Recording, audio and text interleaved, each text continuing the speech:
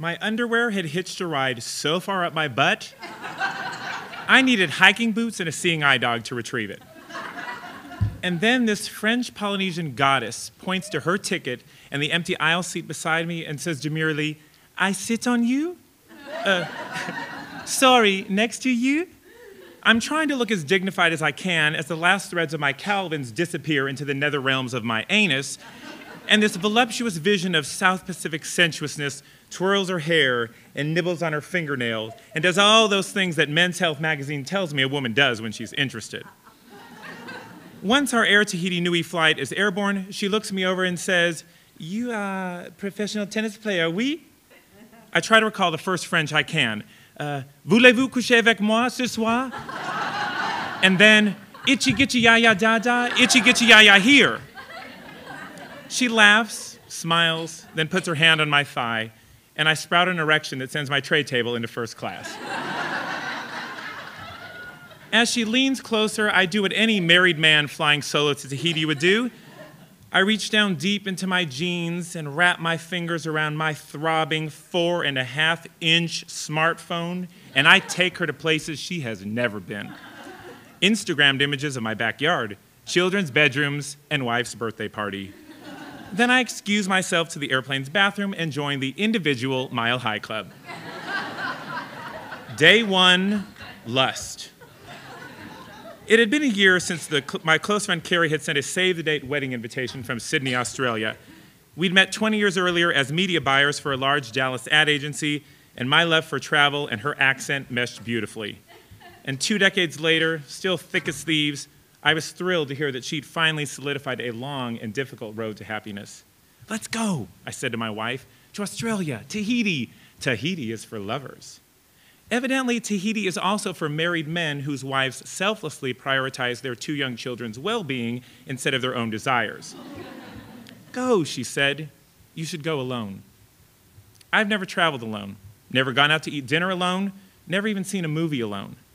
When you meet the absolute love of your life at the age of 18 and find yourself still madly in love and married some 26 years later, you tend to do things in tandem. So this time I RSVP'd for one.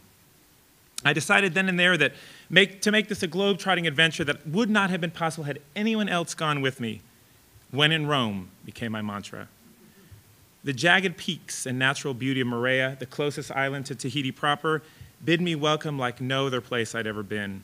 Amidst lovers and locals, I don a Speedo and slip into the ocean. I watch clouds reorganize themselves into mirrored reflections of the reefs beneath me, and I sleep and cook for myself in a 3-walled oceanfront thatched hut with nothing but sand, water, and sky in front of me. I book a 2-dive scuba excursion, which marks only my 2nd dive post-certification, so I'm still an amateur. And as we head out, the calm, shallow waters give way to darker shades of blue, and peering over the side provides unobstructed views into the ocean ripe with sharks and manta rays. Somersaulting backwards into the ocean, I'm both scared and exhilarated. And navigating across the ocean floor, I suddenly feel the need to throw up. The boat is bobbing on the surface some 80 feet above me, and this is when amateurs like me panic and die. I imagine a Dallas Morning News headline, "Speedo-clad dad drowns in own vomit." Relying solely on instinct, I close my eyes, remove my regulator, and throw up.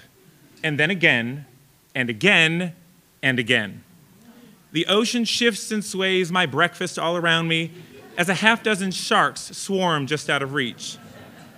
And in an instant, they're gone. I've single-handedly cheated death. Day 4, pride. Feeling invincible, I embark on a 22-mile round-trip hike to Mount Belvedere and take in the sumptuous vista before me. A cacophony of blues and greens and triangular peaks accompanied by shrills from wild birds. I tear up at the sheer majesty of it all, and then cry at the realization that although no one I know would have ever made that trek with me, I'll never be able to turn to anyone I love and say, "Remember that view?"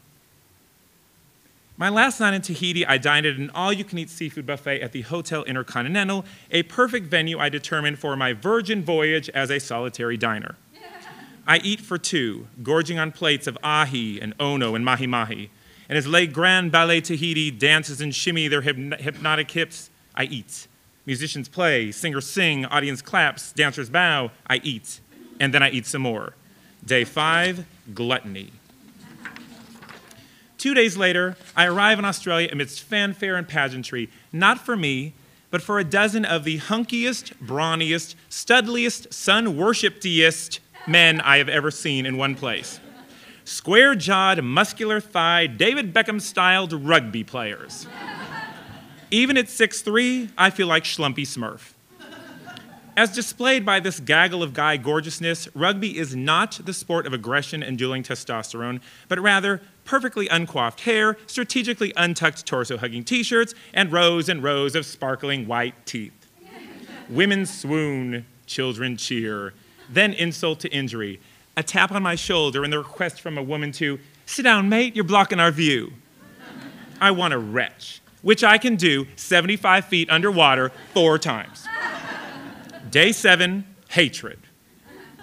Once they are thankfully out of sight, I am greeted by Carrie and her fiancé, Mark, the 2 most charming people south of the equator, and in 2 days, they will marry, and I couldn't be happier.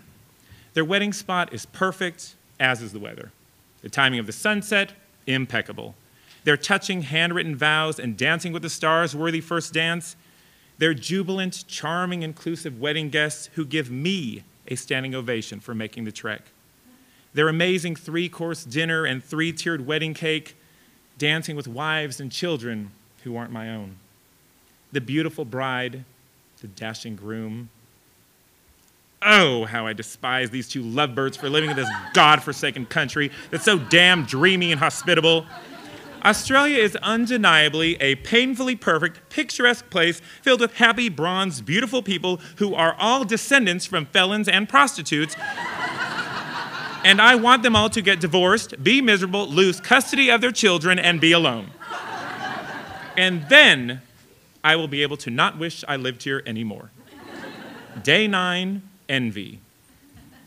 With wedding bells still ringing in my ears, I board yet another plane toward the remaining must-see item on my Australian bucket list, Ayers Rock. I recall a memory of myself, 6 years old, staring at a picture in a World Book encyclopedia of the largest freestanding rock in the world. And I remember vowing to go there one day and walk on top of it. And here I am now, nearly 2 weeks into my solo trek at the bottom of the world, and all that stands between me and the top is a handful of multi-language signs urging me not to climb. I realized then that with so many thou shalt not statements in front of me, that not only have I successfully led myself through 5 of the 7 deadly sins, I have also witnessed firsthand what I'm made of. I've stepped into multiple comfort zones or time zones and out of multiple comfort zones. I've pushed myself physically and emotionally and done it alone. And then a voice from my childhood, my father's, whispers in my ear, "It's so far away, Paul. If you really want to go, you'll probably have to go alone." And as I stand there gazing at the top of the tiny metal posts and safety chains stretching up and out of sight, I drop to a knee, bow my head. In all humility, I state under my breath, I mean no disrespect to anyone's beliefs, including my own. And this is something I really need to do. Then I stand up, take a deep breath, fix my gaze in front of me, and climb 1,141 feet to the top. Day 11, greed. On my final afternoon, I find myself once again in Sydney's International Airport, and I order and single-handedly polish off a bottle of champagne and a dozen oysters on the half-shell. And as I slide into my window seat beside a perfectly lovely auburn-haired woman, I do what any happily married man flying home does. I snuggle up to that pale white side of the plane and imagine a boy venturing out into the world and returning a man. And then I do one last thing that I've never done before, sleep the entire flight home. Day 14, sloth.